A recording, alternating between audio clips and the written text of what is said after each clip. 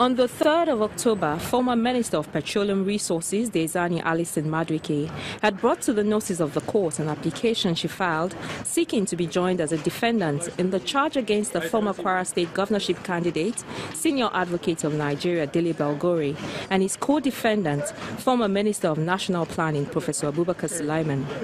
In ruling on the application, Justice Rilwan Aikawa of the Federal High Court agreed with the Economic and Financial Crimes Commission, EFCC, that the application is misconceived and amounts to a misuse of the court process.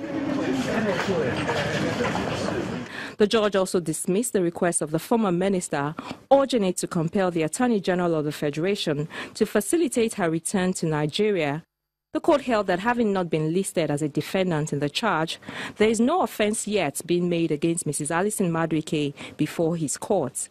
He particularly noted that the former petroleum minister did not deny the claims of the EFCC that she is currently on bail in the UK, where she is being investigated for several financial crimes, and a filing of the application was merely a ploy to escape justice there.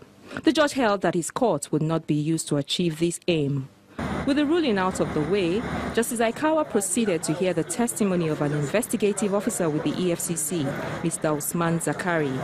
The court dismissed the objections of the defense team and admitted as evidence a document tendered through the witness, which contained a list of names of certain people who allegedly benefited from the sum of $115 million allegedly doled out by Mrs. Alison Madueke to influence the outcome of the 2015 general elections.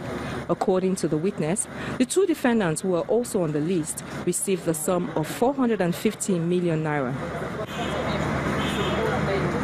The witness went on to narrate how the money was paid to the defendants. He testified that when confronted with evidence, the defendants during investigation admitted to the offense. Justice Aikawa has adjourned till November 13 and 14 for the defense team to cross-examine the witness. The judge also ruled on a request to travel and ordered the Deputy Chief Registrar of the court to release Mr. Belgore's international passport so he could attend the conference in Ghana. Shola Shoyeli, Channels Television News.